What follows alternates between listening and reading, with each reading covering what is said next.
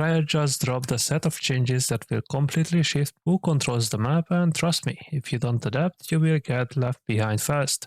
Some of the champions you thought were trash last week suddenly top tier, and a few of the safe picks everyone has been spamming, they might be about to disappear from your games entirely. In this video, I'm breaking down exactly which junglers are the strongest right now and why.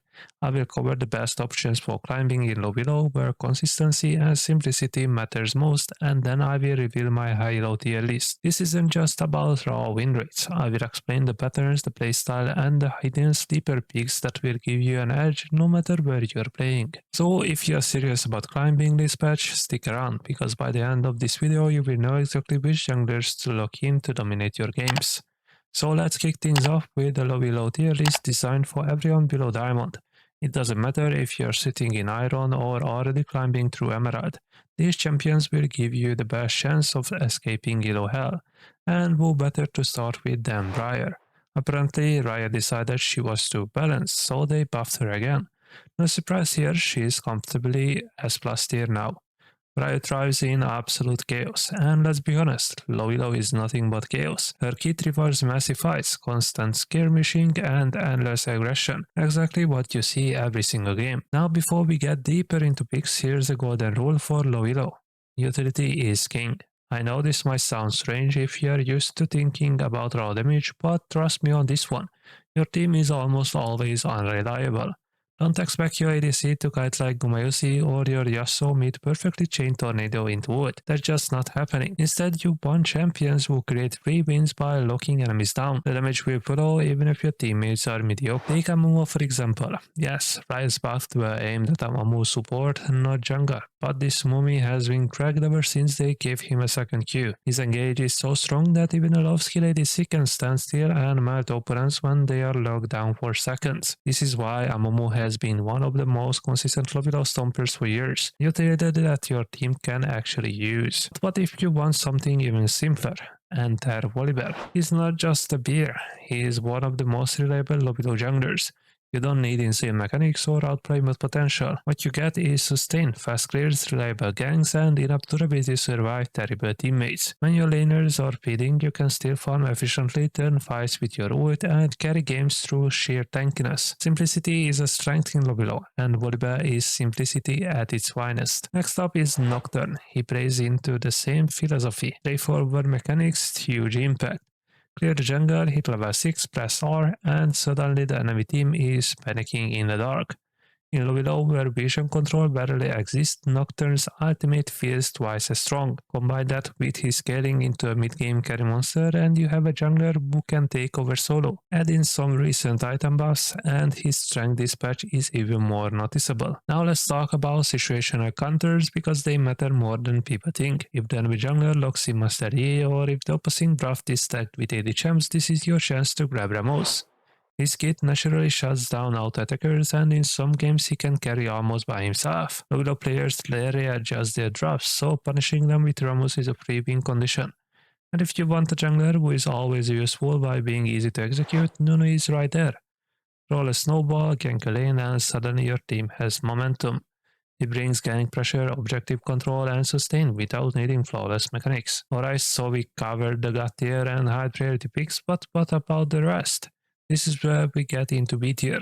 And I will be honest, in low elo, B tier might as well stand for a bad idea. These champions aren't completely unplayable, but they demand mechanics, decision making, and coordination that most bronze, silver, or even gold lobbies simply don't have. If you lock these in, you are basically rolling the dice on whether your team can actually follow up, and usually they can't. Then we arrive at the C tier, which I like to call the suffering tier.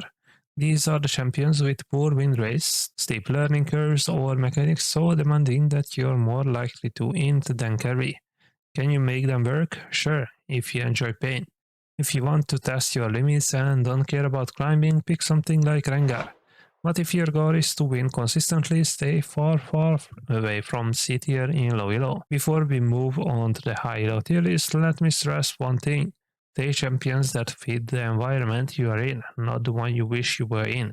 It doesn't matter if a champion is S tier in pro play or challenger, if they can't perform when your team is feeding in bronze. Pick champs that thrive in chaos, bring utility, and don't rely on perfect mechanics. That's how you climb. Alright, let's move on to the high elo tier list. For now, I will consider Diamond Plus to be high elo, but I want to hear your opinions. Do you think Diamond counts as high elo, or should we start from Masters and above? Let me know in the comments, and don't just copy what the Challenger streamer says. Give me your own take. So starting with the strongest picks, we have Kiana. I debated where to place her after the nerf, but honestly she is still so overtuned that she deserves this spot. In higher ranks, I don't think there are many good tier junglers that completely dominate everything, but there are definitely some that rise above the rest. And Kiana is one of the few that still feels a cut above. Next, let's talk about Rek'Sai. Yes, the queen herself has been quietly climbing back into relevance. I put her in S+, even though she might not quite be at that level yet, but she's definitely strong. She has reliable farming, great ganks, and constant map pressure. Everything you want in high elo.